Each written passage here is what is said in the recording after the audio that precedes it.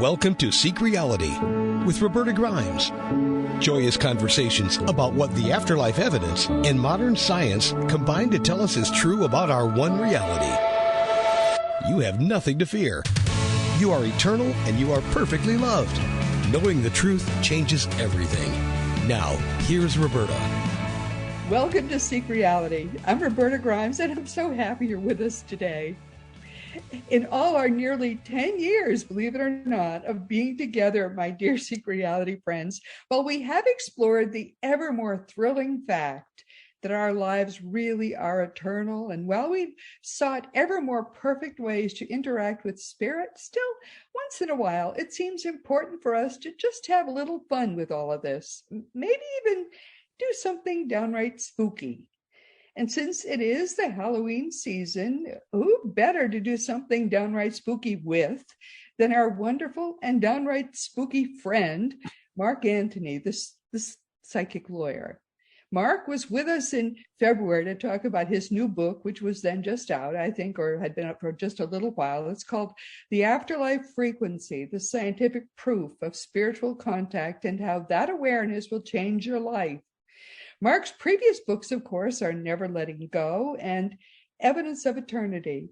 He also co-hosts the live stream TV show The Psychic and the Doc, and he's a regular columnist for Best Holistic Life magazine. So when Mark Anthony was here earlier this year, he said, "Hey, have me back for Halloween and we'll do a downright spooky Halloween show." And I said, "Oh, Mark, you are on."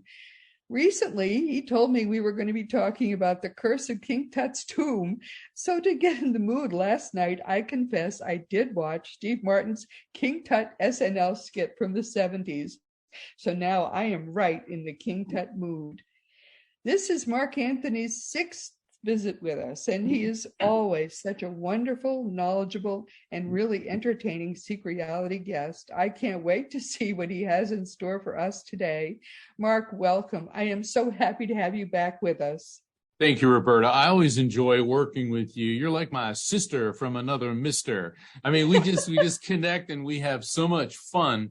And I think it's important for those of us like yourself and me and our colleagues who study the afterlife to present it in a credible, scientific, and even entertaining fashion, because this is a very, very important thing for people to understand.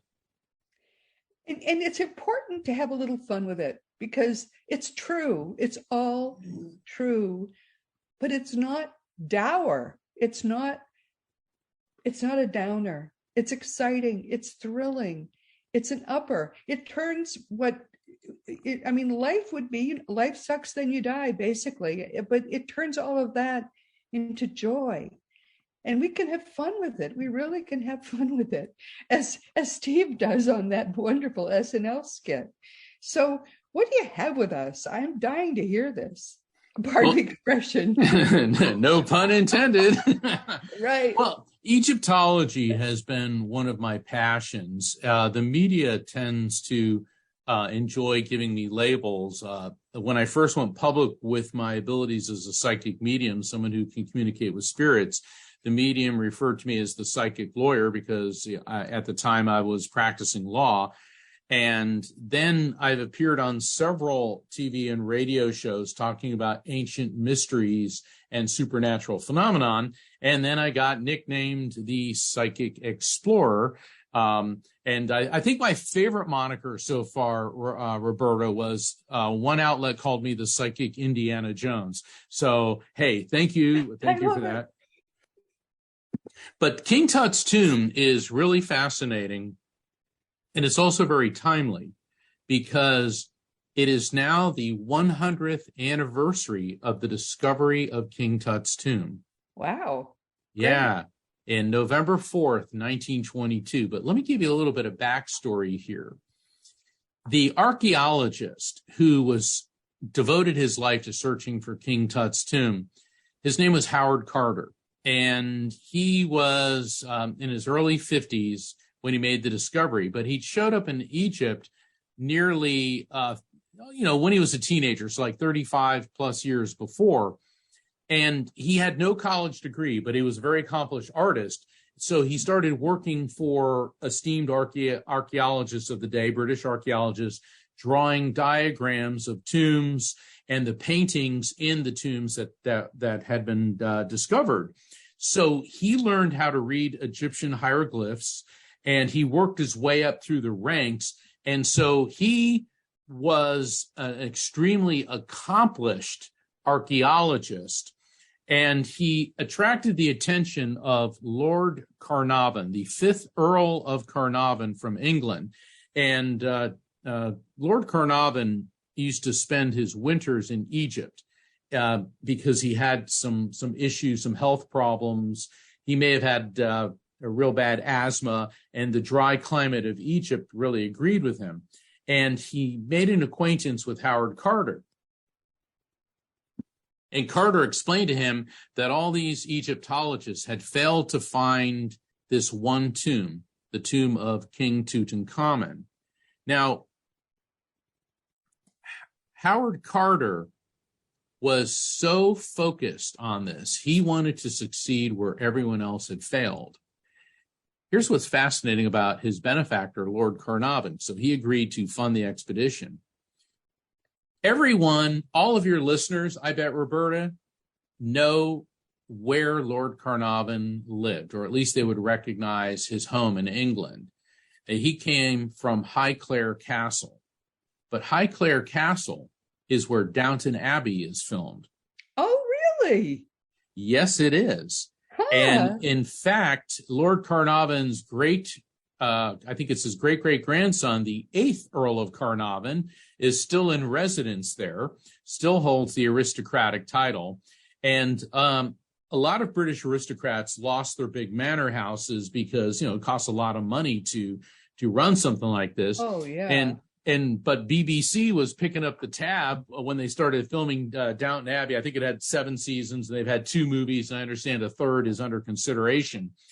And all the scenes with the aristocrats are actually filmed inside Downton Abbey, but the scenes with the servants, which take place in the story below ground in the basement, are filmed in a movie studio in England. Now, why do you think that is? Why? It is rumored that the Carnarvon family's private Egyptian collection is in the basement of Highclere Castle, so it's off limits. Oh, how fascinating. Lord Carnarvon, all right, warping back to the early part of the 1900s, Lord Carnarvon was an amateur Egyptologist, and Howard Carter said, "I will succeed where others have failed." And so he began his search in what is known as the Valley of the Kings. For the listeners who may not be familiar with the time sequencing, a lot of people think everything in Egypt is about the pyramids. And the pyramids are amazing and fantastic structures. And according to archaeology, they were built in the 4th dynasty, Egypt's 4th dynasty, which was 2,500 years BC. So we're talking 45 centuries ago. King Tutankhamun was a king in Egypt's 18th dynasty, and he died roughly around 1300 BC. So that's 33 centuries ago. Think of it this way. Almost as much time passed between the construction of the Great Pyramid on the Giza Plateau near Cairo and the burial of Tutankhamun in the Valley of the Kings farther south. Almost as much time passed between those two events as passed between the birth of Jesus and the discovery of America by Christopher Columbus. Oh, my goodness. That's a long period of time. And then Egypt's most famous ruler, Cleopatra, actually Cleopatra the 7th. There were 7 Queen Cleopatras. And we're thinking of the Elizabeth Taylor version. Okay. She came along 13 centuries after Tutankhamun. So when you start looking at that, we're dealing with something, a burial that occurred 3,300 years ago. Now 34, because we're 100 years out from Howard Carter. Good heavens.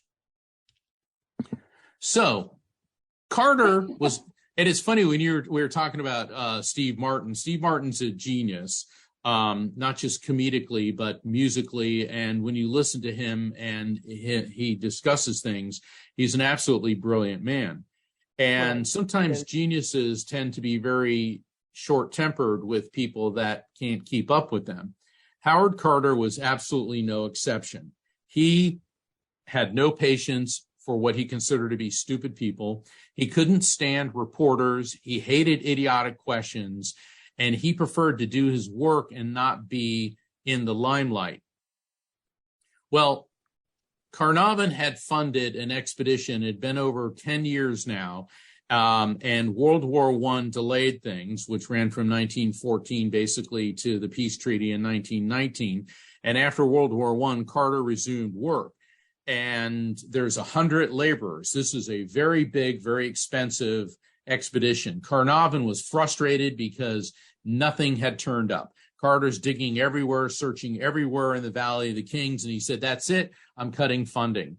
Carter begs him, "One more season, please." So begrudgingly, the Earl of Carnarvon agreed to just one more season.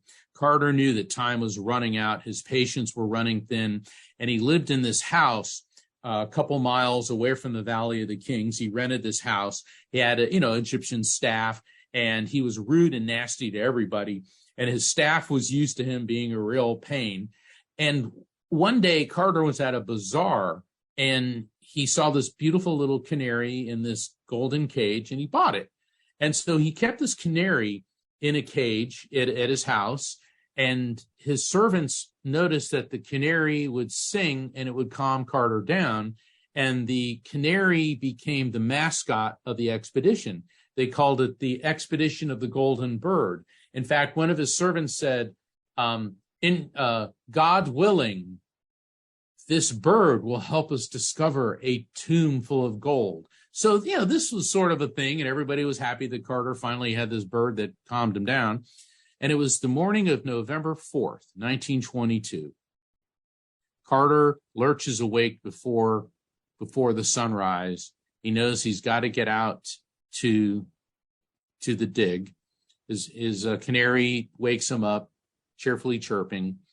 And when he arrives at the dig, nothing's happening. Everyone's standing around. And at first he was really angry, and then he realized either somebody had been killed or they found something. And one of the workers, the foreman, ran up to him and said, "Mr. Carter, we found something." They brought him to a site, and what was fascinating about this, Roberta, it was not very far from another pharaoh's tomb, Ramses VI, and they had actually started their initial dig over a decade before in this very area, but decided to move to a different location. They uncovered a step in the sand, and the workers feverishly started working, and they covered another step and another, and then they found 16 steps leading down into the earth. Carter is thinking, well, this might be a tomb. It could be what's known as a cache, because there were other areas. A cache is basically a storage facility that the Egyptians would use to put, pottery and mummy cloth and some other things in there. And then Carter was also thinking, well, every one of the other tombs, there was at least 60 tombs in the Valley of the Kings, and all of them were empty. They've been discovered by other archaeologists. And the reason that they were empty is because they've been plundered by grave robbers in ancient times. So it's just steps, right? Dig randomly in the sand, and there are steps going down? Yes, they found a stone staircase leading straight down into the earth. And Carter's thinking, well, we're going to find another empty tomb. And then they come up to a doorway at the bottom of the 16th step, and they clear it. And Carter's heart almost stops, Roberta, because this ancient wooden door. It's two doors that open up. It's like French doors, but Egyptian doors. Yeah. And the handles Wow. were and connecting the two handles was a circular clay seal that was intact. And Carter Wow. couldn't believe his eyes, because all the other tombs in the Valley of the Kings, there were no seals because they'd been broken thousands of years ago and plundered by grave robbers. And on that seal was the symbol Tutankhamun. So Carter, Carter is like losing it. So he immediately gets armed guards to protect the tomb, and he's got to get back to town because he has to send a telegraph notifying Lord Carnarvon. Meanwhile, just as this had happened, back at Carter's house, the servants in Carter's home heard a terrible screech, and they ran into the living room, and they saw that a cobra had gotten into the cage with the little canary and was devouring the canary. And the servants were horrified. And also, being Egyptians, they realized that the cobra was the symbol of the pharaohs. And this was a very, very bad omen. Oh, no. And the superstition. Yeah. And this is like, okay, the symbol of the pharaohs has devoured the mascot of the expedition of the Golden Bird. So these rumors start spreading like wildfire. Meanwhile, at Highclere Castle, aka Downton Abbey, Lord Carnarvon and his daughter, Lady Evelyn, whom, if you look and study about Lady Evelyn, I'm pretty sure that Julian Fellows and the writers of Downton Abbey based Lady Mary, the actress Michelle Dockery, who does a great job playing Lady Mary. I think they modeled Lady Mary after Lady Evelyn. Oh, my goodness. He's excited because he hears great discovery made. Well, 3 weeks later, he's in Egypt with Lady Evelyn. I mean, he didn't hop on a plane then and fly. Plus, he's a great British lord, and you can't just hop off on a boat and leave your castle. You got to make arrangements. Anyway, it's November 26th, 1922. An excited Lord Carnarvon and Lady Evelyn stood with Howard Carter at the entrance to the tomb. And after they opened the first door, because they waited to break the seal or remove the seal carefully, and they found there was a 30-foot long hallway, which had to be cleared of debris. There was all sorts of stuff in there. Took in most of the day, and then there was a second sealed door. Carter made a small hole in the upper left corner of the doorway, and he held up a candle to test the air inside. And they were astonished because the flame fluttered in the escaping hot air, which oddly, Roberta, smelled faintly of perfume and coconut oil. Wow. And Carter, realized that nobody had smelled this for 33 centuries. Now I'm going to read this. This is an excerpt from Carter's own book. He described what happened next. For the moment, an eternity it must have seemed to the others standing by, I was struck dumb with amazement, and when Lord Carnarvon, unable to stand the suspense any longer, inquired anxiously, "Can you see anything?" It was all I could do to get out the words, "Yes, wonderful things."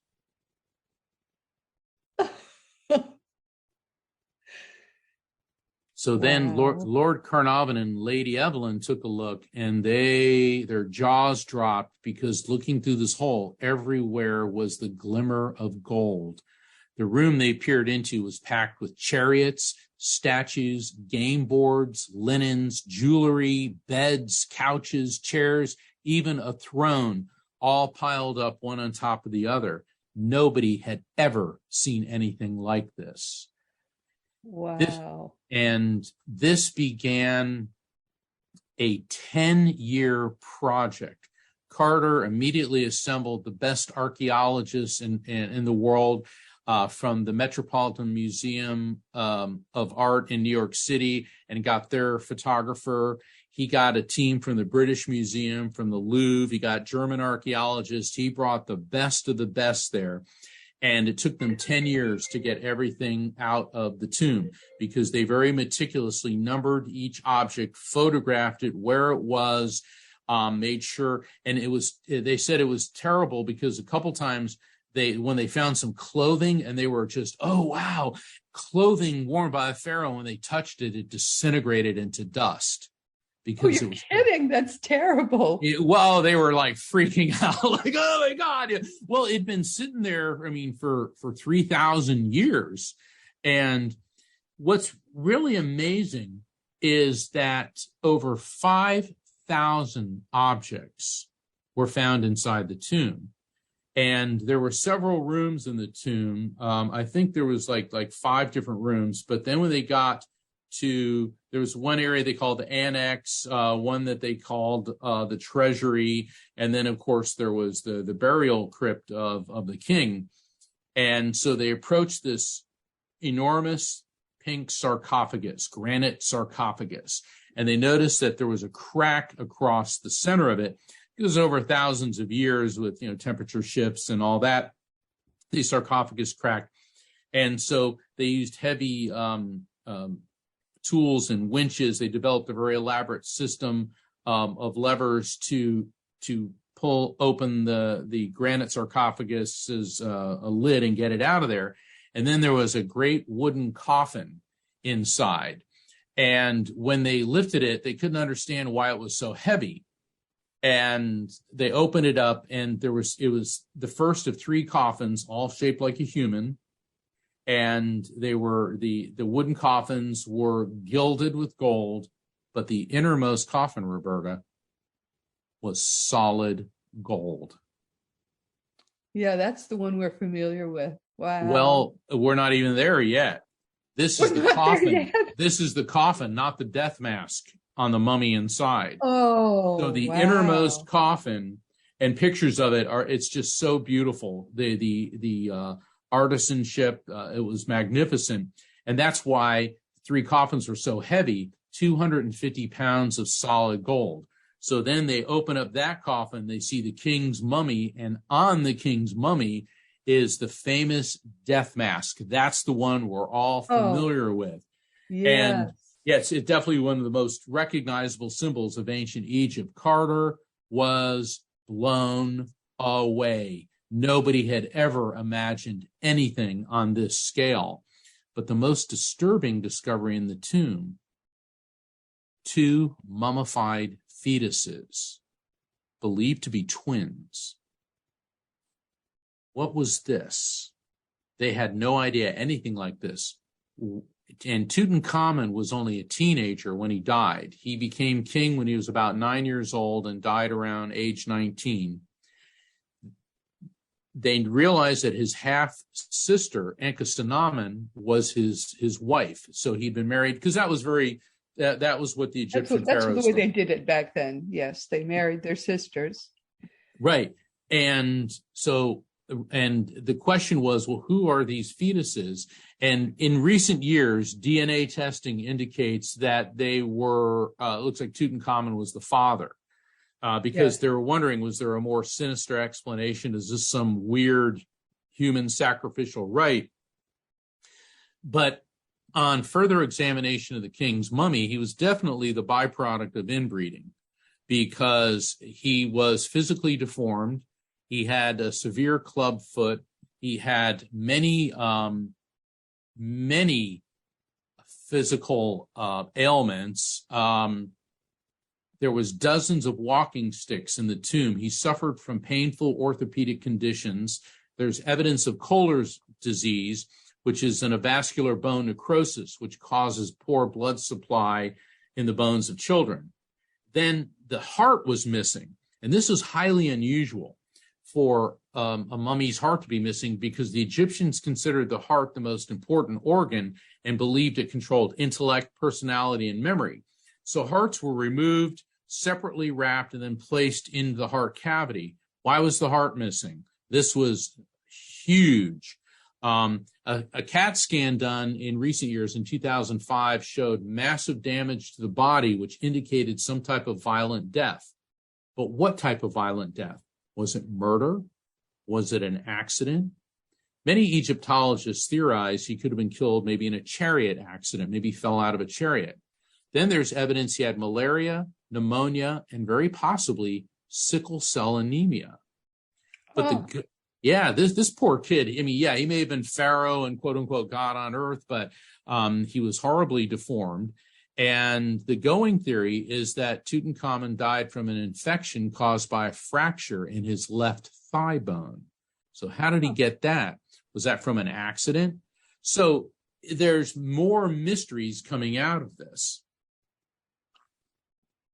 I had understood that he was killed in a chariot accident. I don't know where I ever got that, but that was what I had understood. That's the latest theory, but we'll get back to that in a minute. So what about this so-called curse of King Tut's tomb? Oh, yeah, talk about that. All right, let's warp back in time now to 1922. This is the biggest news story in the world. Reporters, oh my gosh, European, American, South American, Asian report, every news outlet in the world was there. And this is in the day of black and white photography and people actually writing things on paper. Okay, this is the golden age of print reporting. And the thing about Tutankhamun's tomb, this happened in 1922. You ever notice, Roberta, when was the heyday of the Art Deco movement? I don't know. You tell me. The 1920s. If you look at like the Chrysler Building in New York City, a beautiful example of Art Deco. South Beach, Miami, beautiful. South Beach, Miami is probably the most the largest and most beautiful collection of Art Deco architecture in the world. Right. Well, yes. All these artifacts that were photographed impacted pop culture. And so the Art Deco movement, architecture, design, artwork, all took on a very Egyptian flavor. And that's why you see a lot of that type of look with the flappers and their costumes and the statue. Yeah. So Tutankhamun, he was just, I mean, this huge. Poor, yes. Poor suffering kid who died and was, considered an insignificant pharaoh. But Howard Carter loathed the media. They're all taking pictures of him, trying to ask him questions, and he couldn't stand them. Lord Carnarvon, on the other hand, he was an attention sponge, and he just loved it. So he said, Carter, you handle the archaeology, I will handle the media. Well, the problem is he thought he'd make a fast buck off of things, so he sold the exclusive rights to the story to the London Times for a very handsome sum. Oh, no. Yeah. So what do you think that did to all the other media outlets, Roberta? Oh, gee. Oh, I can't imagine. They were furious. They were cut completely out of the loop. Well, meanwhile, rumors were circulating about the cobra, the symbol of the pharaohs, swallowing the canary, the mascot of the expedition, because the reporters were out everywhere. They're talking to everybody. And then one reporter found their angle, not only the evil omen of the cobra, but one of them fabricated a story about a clay tablet found in the tomb with a curse written in hieroglyphs that said, "Death will slay with his wings whoever disturbs the pharaoh's peace." Oh my goodness. And so that didn't exist, that tablet? I hate to use this term, but this is totally fake news. Are you serious? But it gets even better. All right, so we have the cobra eating the canary, evil omen. Now we have supposedly the curse of the tomb.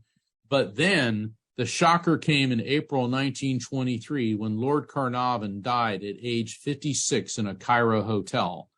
He was suffering from an infection caused by a mosquito bite on his face. And at the precise moment of his death, all the lights in Cairo flickered and went out. My goodness. So now the superstitious Egyptians wow. and the news-hungry reporters had their angle, but it didn't stop there. Oh, gee. Because suddenly dozens of people who'd been involved in the excavation started dying, many of them under mysterious circumstances.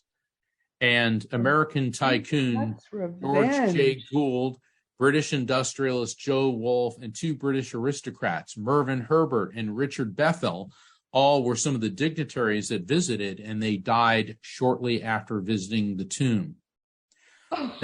Bethel's father, Lord Westbury, jumped from a window to his death. His suicide note read, "I can't stand any more horrors."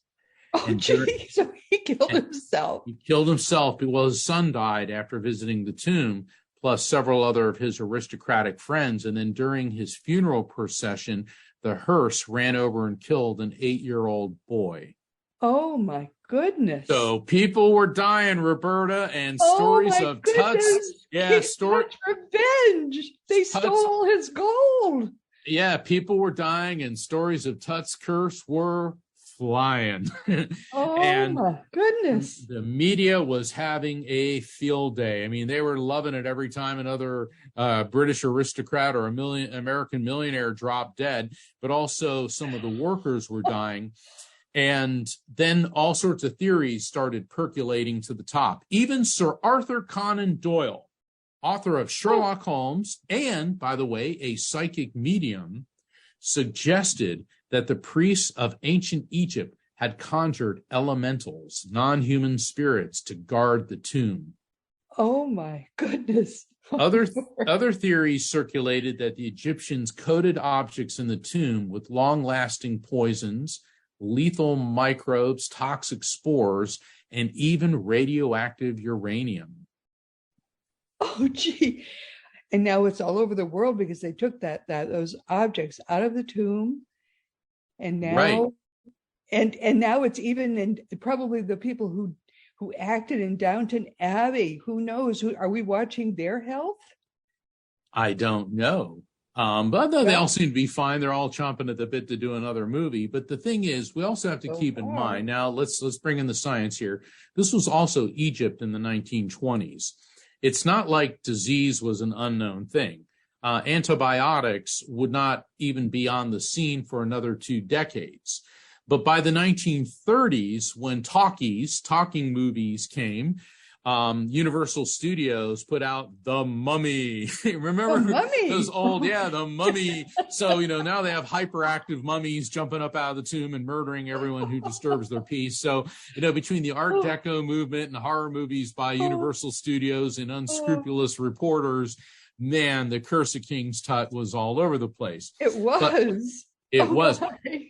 But don't you think the evil spirits in the curse would have really had it out for one person in particular? And who might that person be, Roberta?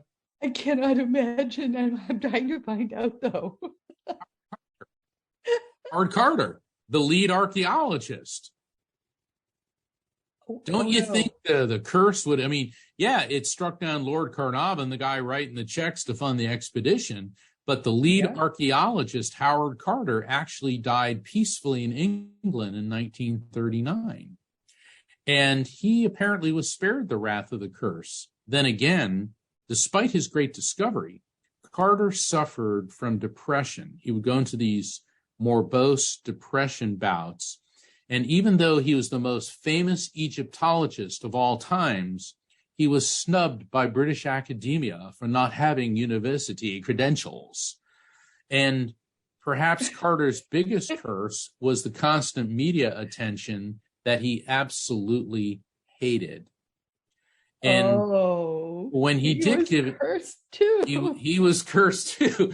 But he agreed to an interview about the curse, and here's what he said. One of the reporters said, "So, Mr. Carter, the curse of King Tut," and he couldn't stand it when they said King Tut. It was Tutankhamun. He couldn't stand the media calling him King Tut. And here's his response to the curse: "Tommy rot. The sentiment of the Egyptologist is not one of fear, but of respect and awe, entirely opposed to foolish superstitions. Oh, gee. Well, that was his particular curse. He had to live with it all. That's a different kind of curse altogether, but a curse all the same. A curse all the same. And I mean, he was offered speaking engagements all over, but when he would meet academics, they would, put their noses up to him. Oh, he never attended college. Well, did it matter? He was persistent. He was patient. He was ruthless, obsessive. I think if we had to do a diagnosis on Howard Carter, I think obsessive compulsive disorder. Yes. Clearly yeah. So. Clearly But on the other hand, he succeeded where dozens of very esteemed archaeologists had failed. He never gave up. He put his mind to the task, and he was resolved to find the tomb of Tutankhamun, and he did. He did. And wow, what a discovery. Oh, my. Well, more mysteries have arisen from the tomb of Tutankhamun. There's the speculation over how he died. Was it a chariot accident, like you very, very astutely pointed out? Was it murder? Now, why would it be murder? The fascinating thing is what his widow, Ankhesenamun, did in the wake of his death. So here's Tutankhamun, 19 years old, and his bride, she could be anywhere from 16 to maybe 20 years old. She writes a letter, not just one, but two letters to the king of the Hittites. Now, the Hittites were a very powerful empire based in what is now modern-day Turkey. And we know that she wrote these letters because back in the early part of the 20th century, the Hittite capital of Hattusis was excavated, it was discovered, and they found their hall of records. They found two letters from a widow of the king of Egypt. And the first one said, my husband is dead. I have no son. I will not be forced to marry a servant. Send me one of your sons so that he may be king of Egypt.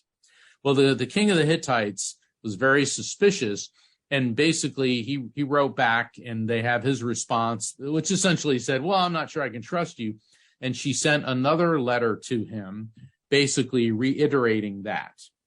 Well, he did agree to send one of his sons. So the idea was that Ankhesenamun would marry a Hittite prince, and because he married her, he would then become the Pharaoh of Egypt. Meanwhile, the Grand Vizier, whose name was it's spelled A-Y, he was old enough to be her grandfather.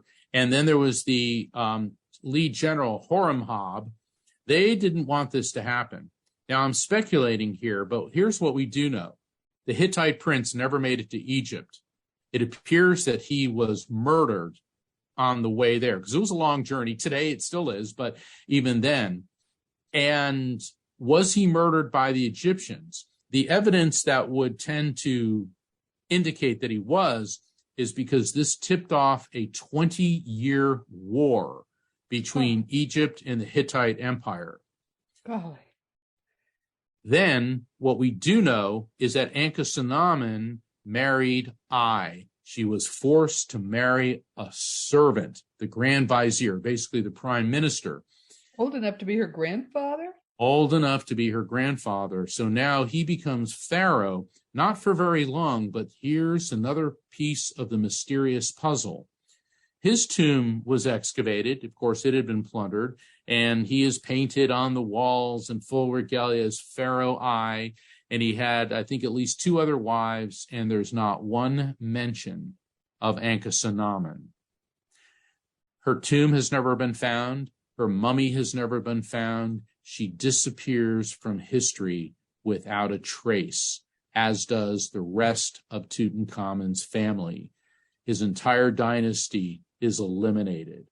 Ai rules for a few years, and then when he dies, General Horemheb becomes Pharaoh, seizes power.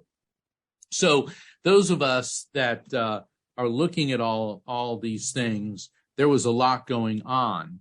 And the motivations to get rid of Tutankhamun's family lie with Tutankhamun's father. He's known to history as Akhenaten.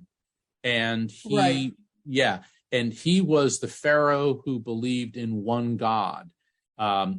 He's considered maybe the first monotheist in history, and he believed in the sun as the source of all divinity and power. And it wasn't just the Egyptian god Ra, it was Atan Ra, and a specific aspect, the spiritual aspects of light as power. But he was a bit of he was definitely a religious fanatic, because this was his God, and this God spoke to him directly. And when he switched the religion to this monotheistic belief, he also cut the funding for all the temples in Egypt. Essentially, what he did is he stopped funding all of the ancient Egyptian religion. So all the priests in Egypt hated him, and the priests were the ones that ran the country, pretty much. So he was hated by the priests. He was hated by the military because he would not stand up against the Hittites. And then when he died, and he ruled about 19 years or so, maybe 20 years, and his mummy has actually been found, and it was a great debate over who this mummy was. He was found in, I think it was KV, Kings Valley 55, or I think it was 55 or 57, because they number each of the tombs there. But basically, the aristocracy of Egypt, the religious rulers of Egypt, and the military wanted that dynasty out of there. And so they had every motivation to murder Tutankhamun, use his wife to put their man on the throne, restore the ancient religion, and get rid of what was left of the dynasty. Now, we have no direct proof that any of this happened, but the circumstantial evidence, and I know you know how important that is, Roberta, is definitely there. No, I mean, that all strikes me as very sensible. They hated all of those people because the priests, I'm sure they would have wanted to get rid of all of them. That whole dynasty was tainted by Akhenaten. Yeah. Yeah. Yeah, and he's such a fascinating character. I mean, we got a few minutes, so I want to. This theory has pretty much been torpedoed by most archaeologists, but there's still some possibilities there. All right, I'm sure we've all seen the movie The Ten Commandments, where Yul Brynner is Pharaoh Ramses, and Moses and the Israelites must not leave Egypt. I mean, that's got to be one of my favorite movies. It's corny, I love it. It was Hollywood at its biggest and most opulent sword and sandal epics. But when you study religion, study faith, there is the book of Exodus, and that is where the Hebrews, under the leadership of Moses and his brother Aaron, get the Pharaoh of Egypt, who has, and basically the wicked Pharaoh of Exodus has been, the most likely suspect is Ramses II, which is the Pharaoh that Yul Brynner played so beautifully in the Ten Commandments, possibly Ramses' son Merentah. So for people of faith, if you accept that there was a wicked Pharaoh of Exodus, then you also have to accept that there was the good Pharaoh who, generations before that, let Joseph and the Hebrews into Egypt. You know, we all know the story of Joseph and his brothers, or I think it was 12 brothers, and Joseph had the many-colored coat, and they conspired against him, and they were going to kill him, but they didn't, and they sold him into slavery in Egypt, and he had the gift of dream interpretation, and he ended up in Pharaoh's prison. And then the Pharaoh of Egypt kept having a disturbing dream of 7 fat cows emerging from the Nile River, only to be devoured by 7 skinny cows, 7 plump ears of corn emerging from the Nile, only to be devoured by 7 skinny ears of corn. and none of the viziers, none of the magicians or astrologers of Egypt could understand the dream and interpret it for Pharaoh. But they knew that the Hebrew Joseph had the gift of discernment and prophecy, and he interpreted this for Pharaoh as there will be 7 years of plenty in Egypt, followed by 7 years of famine. And so that good Pharaoh elevated Joseph to Grand Vizier status, second in power only to Pharaoh himself. Now, it is very possible that Akhenaten may have been this good Pharaoh. Why? Because suddenly Akhenaten is a monotheist, believing in one God. And what did the Hebrews believe in? One God. And so there is speculation among some biblical scholars that perhaps Akhenaten was influenced by Joseph and, of course, put his Egyptian spin on things, but he very well may have been the good Pharaoh of the Bible. And then there's the wicked Pharaoh who, of course, let the Hebrews go and then got walloped by the Red Sea parting by God, who had, at the time in Hollywood was, Cecil B. DeMille. I'm joking there, but if you're taking, everything is interrelated. Have you noticed? Isn't that fascinating? Yeah. Yes, exactly. So, but anyway, I thought that you'd find that interesting. I'm not saying that that's what happened, but that certainly could have. But they have found. They've actually found his mummy, and he does look like a Hebrew. They have found his Joseph's mummy, and he looks like a Hebrew. It's quite amazing. Yeah, isn't it? There he is. It's to be looking at his historical figure from out of the Bible is quite an extraordinary thing. And his wife, and who of course was Egyptian, and everything all comes together. I can't tell you how extraordinary it is to see historical people and to be able to look at their faces. We have to have you back, Mark, because I so love talking to you, and we've come to the end of our time. I just want to know, the Afterlife Frequency has done really well. Tell us about that. I'm so humbled and honored by how well the Afterlife Frequency has done. It's maintained bestseller status on Amazon. It was recommended by film icon Shirley MacLaine.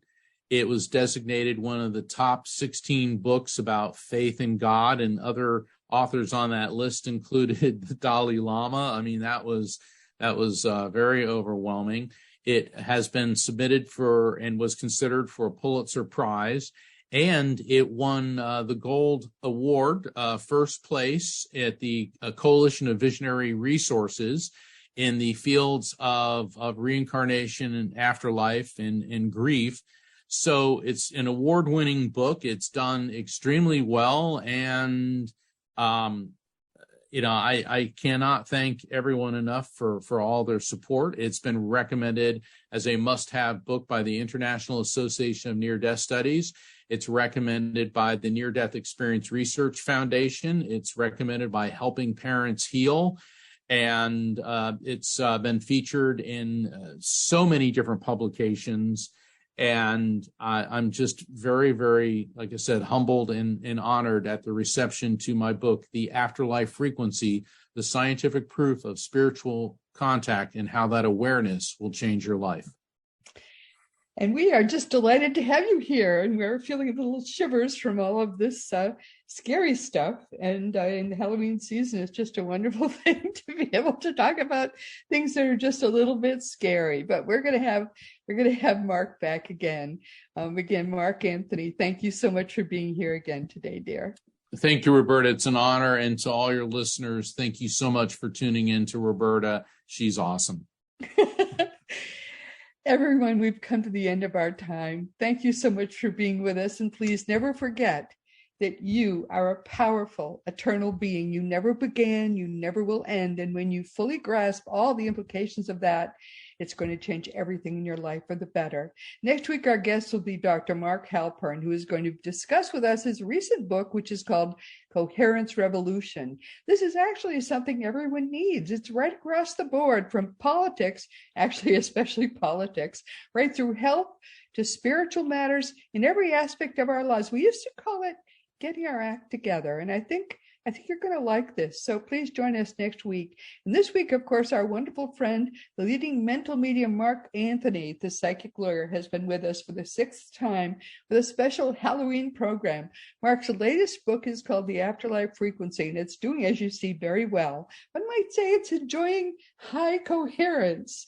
The greatest our world faces today is that so few people truly understand and know for certain that our lives really, truly are eternal. In truth, nobody ever dies. People like Mark and me like to have fun with that fact, but the glorious truth remains. It's impossible for you ever to die, and it's important that you learn that fact as soon as possible. So it's time once again for us to mention the fact that Seek Reality Online is your one-stop resource for all things death and the afterlife. Just go to seekreality.com and start to learn for yourself what really is going on, and the fact that you truly are a powerful, eternal being. It is impossible for you to die. Seekreality.com is your reality, one-stop source for learning that your reality really is eternal. And now it's time to say, there's no more time for me to tell you about my books, but you know what they are. This has been Seek Reality with Roberta Grimes. Please enjoy, please make the most of this coming week in our one reality, always knowing that you are a powerful, eternal being, and you in particular, in all the universe, you are infinitely loved. You've been listening to Seek Reality with Roberta Grimes. Roberta blogs and answers questions at robertagrimes.com. Join us every week as we explore what the afterlife evidence and modern science combine to tell us is true about the one reality we all share. Knowing the truth changes everything.